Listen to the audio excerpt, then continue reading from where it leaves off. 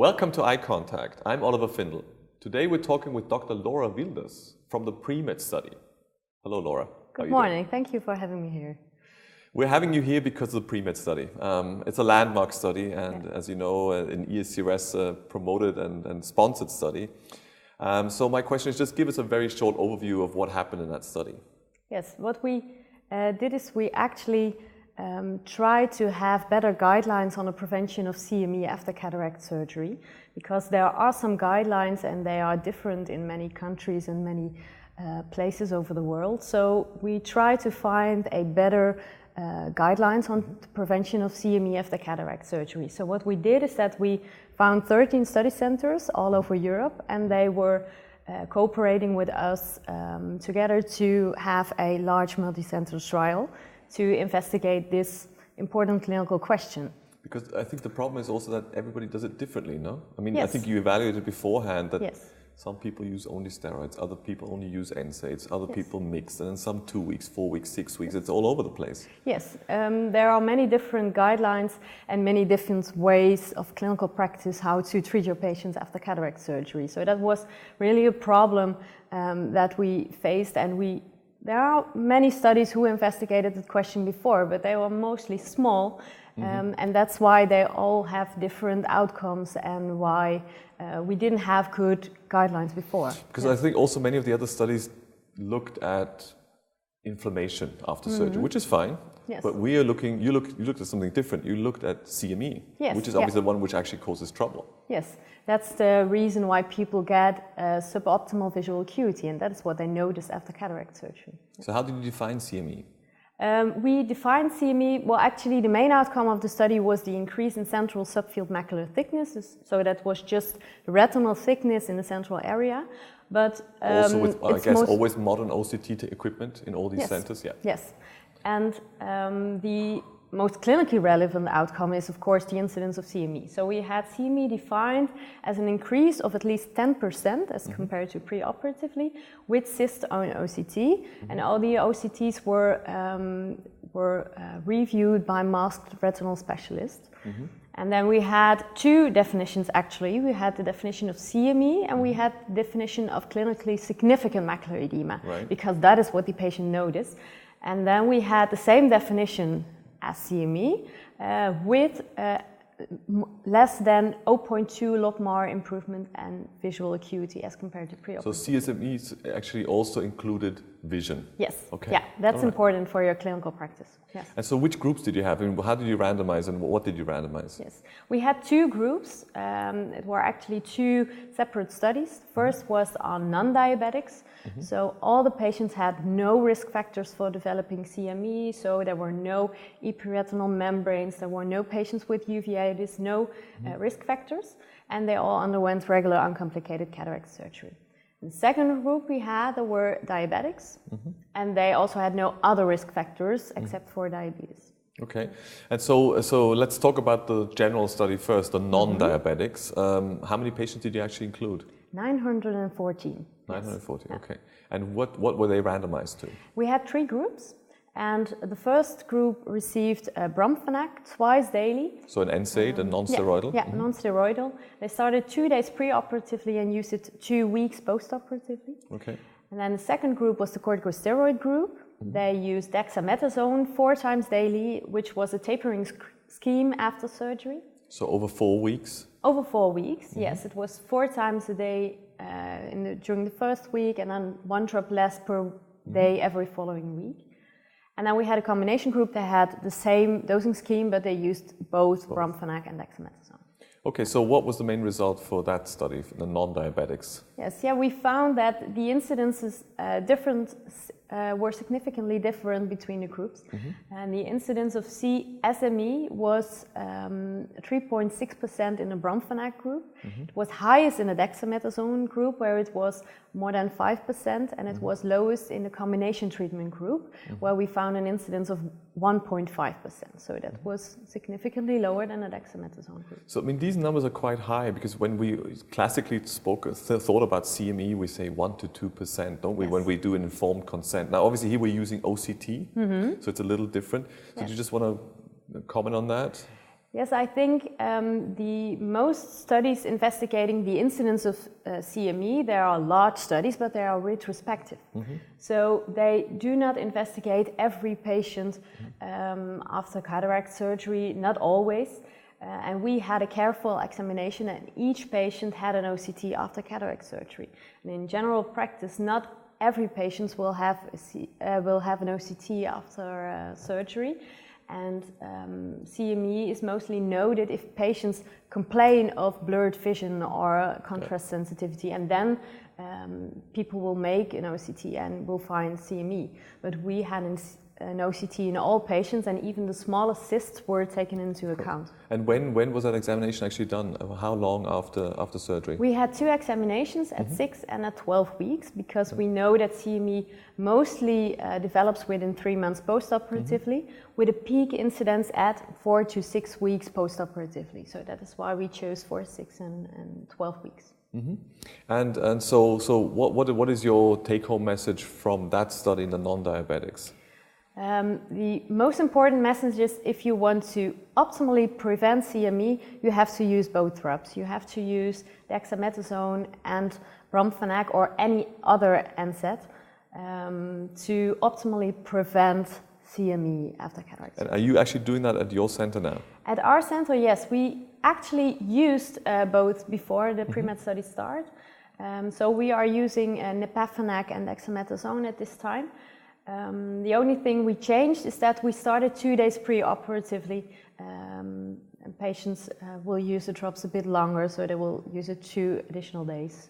And obviously, but we don't really know whether these 2 days pre-operatively are necessary, but that's just the way that the study was designed. That's why you're adhering to that. Because that's logistically always a little more difficult, no? Because you have to the patient has to get the drops beforehand. Yes.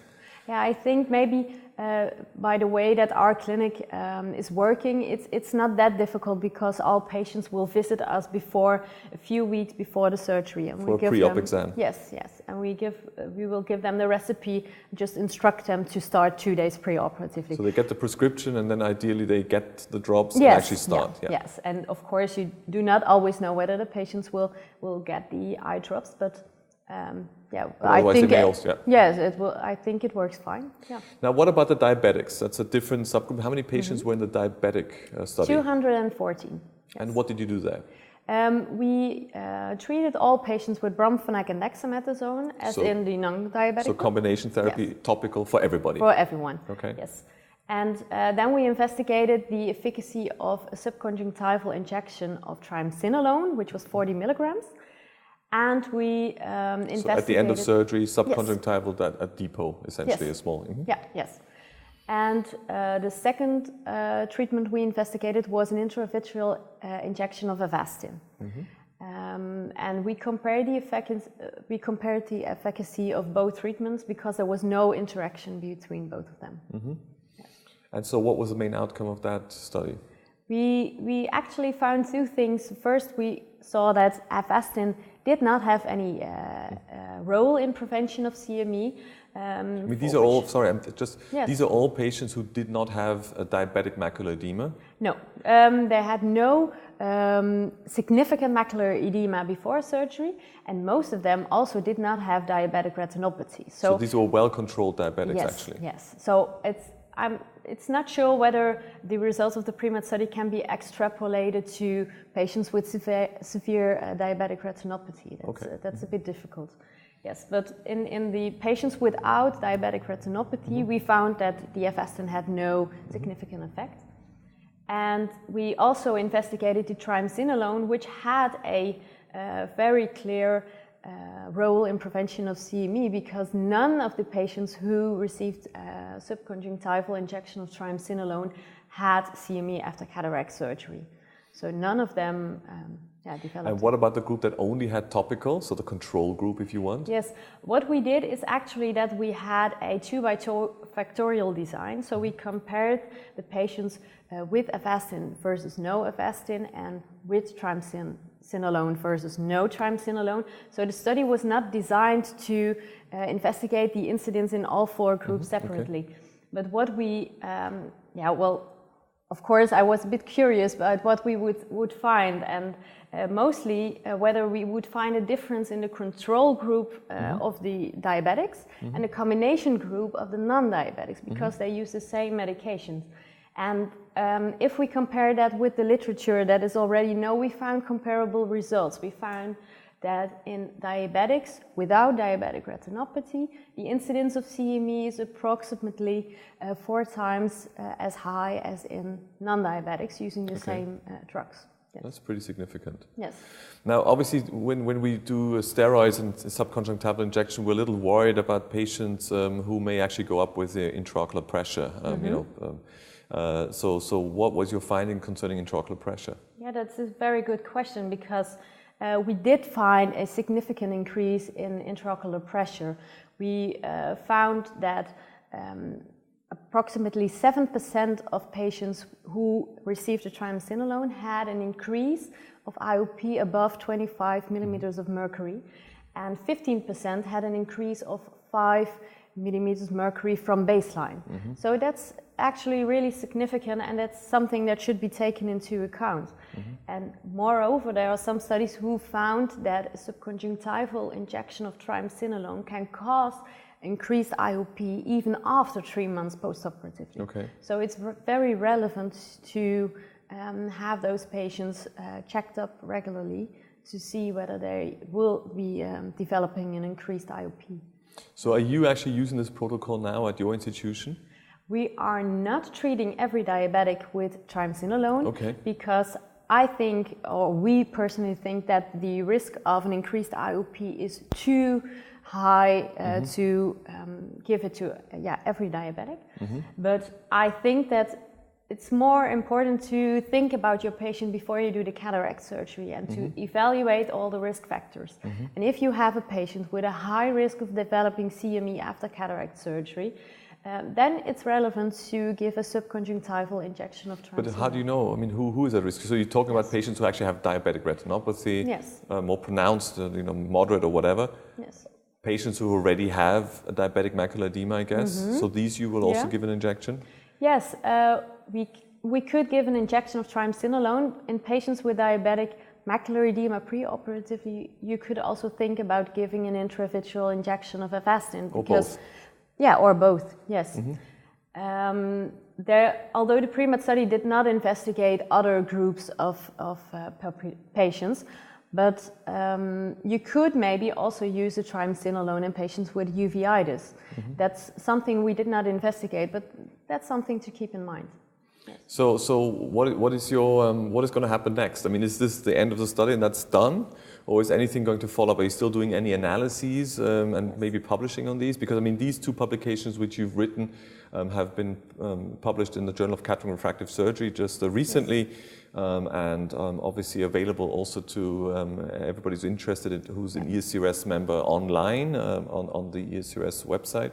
Is there anything else to follow that we can still expect? Yes, of course. The first 2 things that we are working on is the cost effectiveness of the treatments.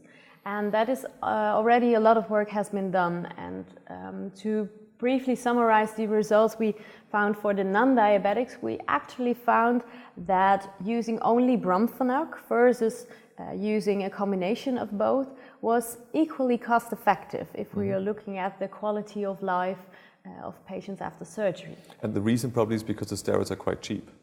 Yes, it is. And if you are going to look at the bromfenac versus combination treatment separately, there are no really big significant differences between those groups. The steroid group is definitely the group with the highest incidence of CME. It's just steroids, monotherapy. Yeah, steroids is not the way to go. But if you're comparing bromfenac versus combination treatment, there are some differences. And if you want to have the lowest incidence of CME, you definitely have to use a combination. But you have to treat a lot of patients with a combination treatment to prevent 1 case of CME if you compare it to bromfenac only. Okay. So what do you think is going to happen now in Europe? I mean, obviously these have been published. Do you get feedback? Do you hear from other centers on other countries, national societies actually adhering these and taking these recommendations? I think that the PREMED study is known by a lot of people, and they will take the results into account. It's difficult to see what the individual clinics are really doing, but I think that the PREMED study provides very good evidence, and most people will take that into account. And more people will change their protocol, and I hope that most of them, or even all of them, will definitely not keep using steroids only. Because that is really the most, least effective group. Yeah. Well, thank you very much for joining us. Thank you. For more information on this and related topics, please visit us at eurotimes.org.